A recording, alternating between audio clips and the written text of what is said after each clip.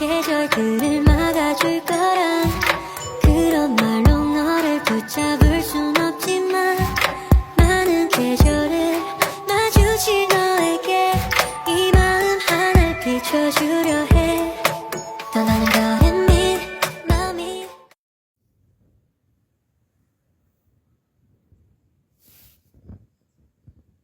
Kita langsung ke soal saja ya, yaitu seorang mahasiswa ingin meneliti apakah ada perbedaan prestasi belajar antara siswa laki-laki dan perempuan setelah ia memberikan perlakuan pembelajaran IPA dengan model problem-based learning sampel yang digunakan untuk penelitian sebanyak 30 siswa yang terdiri dari 15 laki-laki dan 15 perempuan. Adapun data hasil penelitian disajikan pada tabel 1.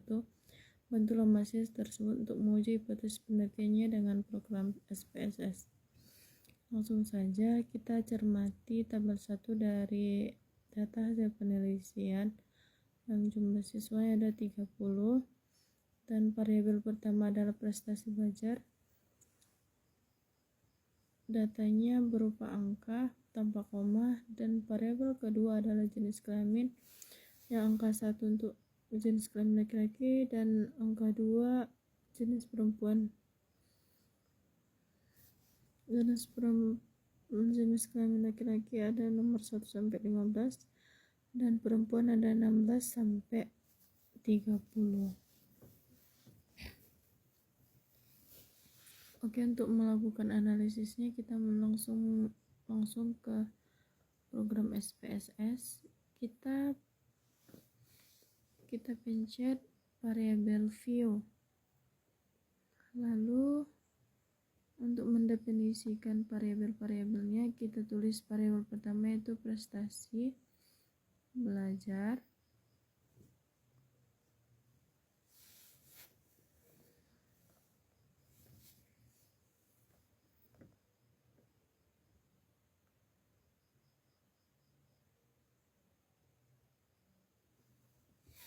Untuk tipe datanya kita pilih numerik dan width-nya tidak dirubah dan decimal place-nya kita buat 0 karena data prestasi belajar tanpa koma. Kemudian klik OK dan label kita bisa isi, bisa dikosongkan. Saya akan kosongkan untuk filenya non, isinya non, kolomnya dan lainnya tidak dirubah, tetap sama saja. Kemudian measure kita ganti jadi scale. Selanjutnya kita coba definisikan variabel kedua yaitu jenis kelamin. Untuk tipe datanya kita pilih numerik.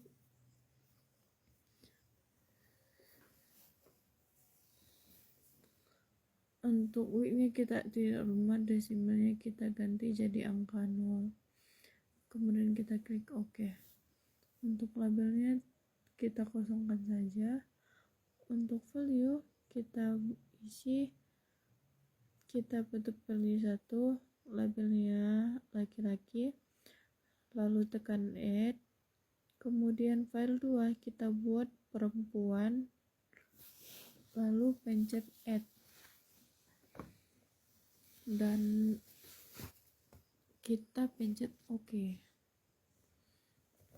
Maka di value-nya akan ada laki-laki seperti yang kita tulis tadi. Yang tadi kolom dan align-nya tidak diganti dan measure-nya kita ganti nominal. Karena angka 1 dan 2 pada jenis kelamin hanya sebagai label saja. Selanjutnya setelah kita definisikan variabelnya, kita inputkan datanya ke data view. Kita klik data view, kita langsung salin aja datanya dari tabel 1. Oke, kita masuk ke Word tabel 1. Oke, Ctrl C. Kemudian kita balik ke statistiknya, editornya, kita buat Ctrl P. Kemudian Sebelum kita melakukan pengujian hipotesis, kita terlebih dahulu kita lihat datanya normal atau tidak, agar kita tahu kita menggunakan statistik parametrik atau non parametrik. Kita tekan analyze descriptive statistik, kemudian kita pencet explore. Lalu data prestasi belajar itu kita masukkan ke data database, kemudian jenis kelamin kita masukkan ke paddle list, lalu kita plot. Untuk bagian block spot kita pilih non, dan untuk normalitasnya kita checklist, karena ini adalah uji normalitasnya. Kemudian kita pilih tesnya, kita pilih attachment, lalu kita pencet continue dan oke. Kita akan masuk ke dalam output statistiknya. Kita bisa lihat ke bawah, dan kita bisa melihat juga dari angka panah-panah ini yang ada tulisannya test of normality. Kita akan dibawa masuk ke tabel test of normality. Ada fungsi mirror-nya, ada subject group-nya. Jika kita menggunakan Sapironic, kita akan membaca signifikansinya. Untuk jenis kelamin laki-laki, signifikannya 0,23. Sedangkan yang jenis kelamin perempuan, signifikannya ada 0,69. Karena perempuan dan laki-laki signifikansinya tidak.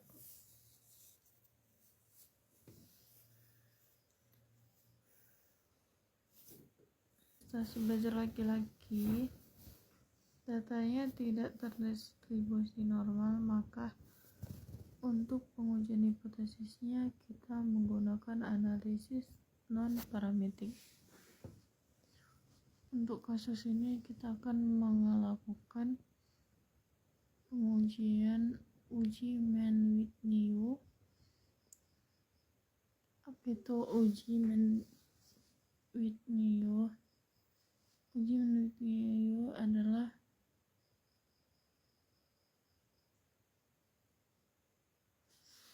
uji Mann-Whitney bisa menjadi pengganti dari uji test base jika didapatkan datanya tidak terdistribusi normal, maka kita menggunakan analisis non parametrik, yaitu uji Mann-Whitney.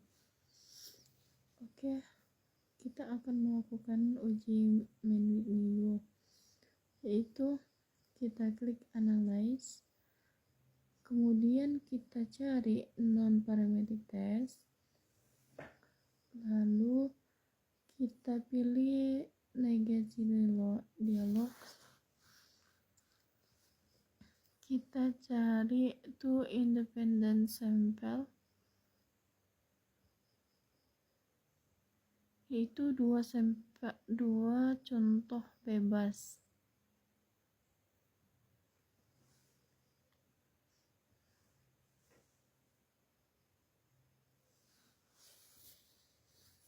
Oke, kita buat prestasi belajarnya, kita masukkan ke test variable list, lalu jenis kelamin kita masukkan ke grouping variable dengan menggunakan tanda panah.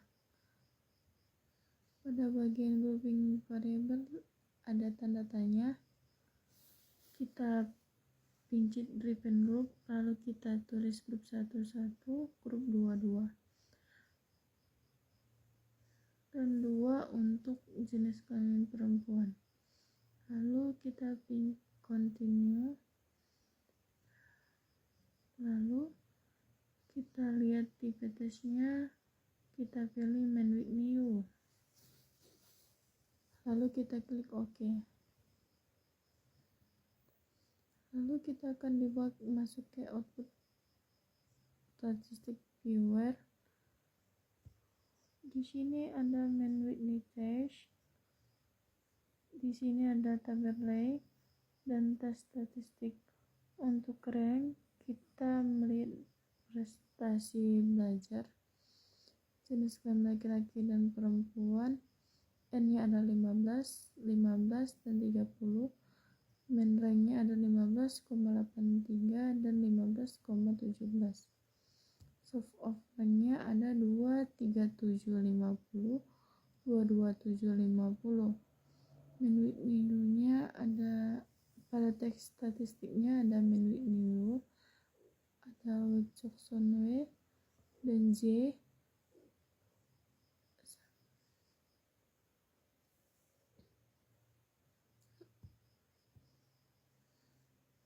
Yang kita baca dari teks statistik ini adalah asymmetric signifikansi tua, yaitu nilainya 835. Nilai ini akan kita bandingkan dengan 0,05.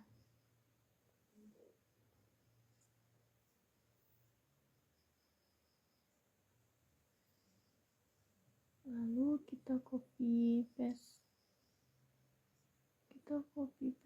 hasilnya ke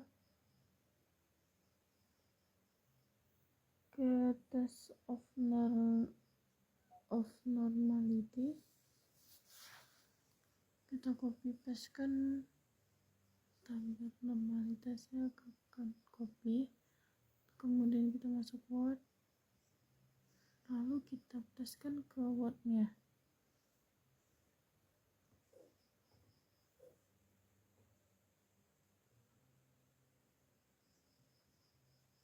Untuk signifikansi ada 0, kita Word.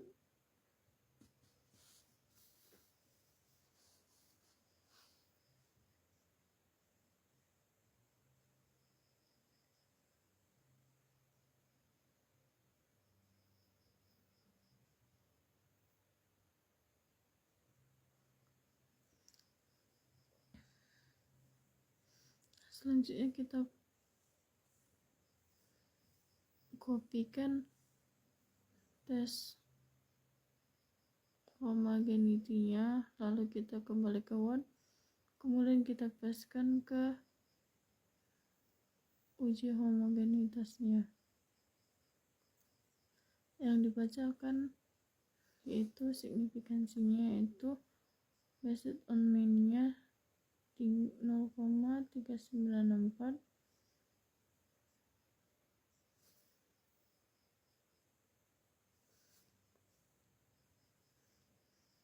Oke, selanjutnya kita coba kita copy pastekan output SPSS uji main with new-nya. Kita kembali, lalu kita cek n-parters-nya, lalu kita klik, lalu kita copy, kemudian kita bawa ke Word, kemudian kita paste di bagian output main with new-nya. Untuk bagian asymmetric ada nilai ini akan kita bandingkan dengan 0,05 untuk ambil kesimpulan. Dan untuk mengambil kesimpulannya, yang pertama kita tuliskan hipotesisnya terlebih dahulu. Hasilnya adalah tidak ada perbedaan prestasi belajar antara siswa laki-laki dan perempuan setelah melakukan pembelajaran IPA dengan model problem based learning. Untuk H1-nya ada perbedaan prestasi belajar antara siswa laki-laki dan perempuan setelah melakukan pembelajaran IPA dengan model problem based learning. Untuk kriteria pengujian, kita menggunakan signifikansi lebih besar dari 0,05, maka H0-nya diterima. Jika signifikan lebih kurang dari 0,05, maka H0-nya ditolak. Kemudian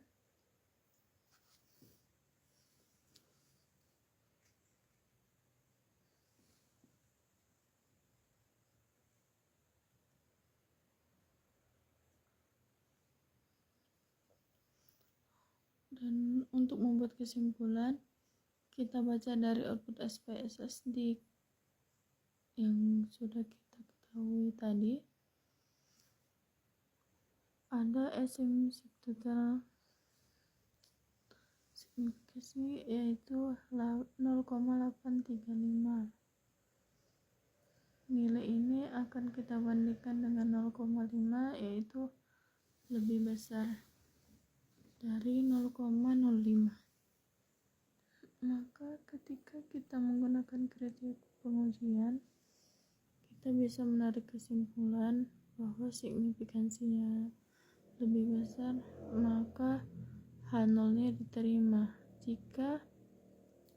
Sehingga kesimpulannya bahwa tidak ada perbedaan prestasi belajar antara siswa laki-laki dan perempuan setelah perlakuan pembelajaran IPA dengan model problem based learning.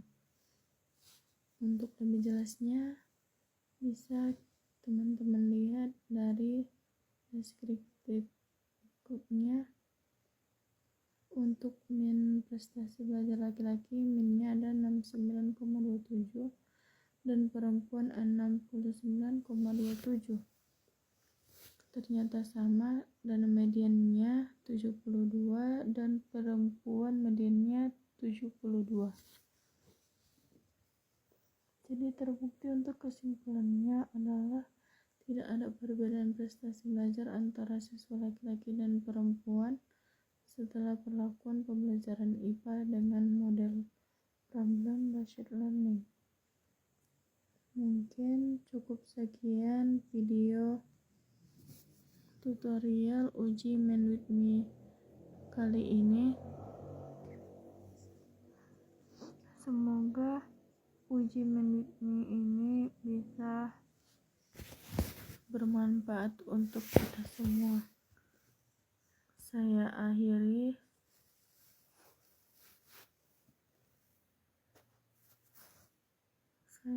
Dengan salam. Assalamualaikum warahmatullahi wabarakatuh.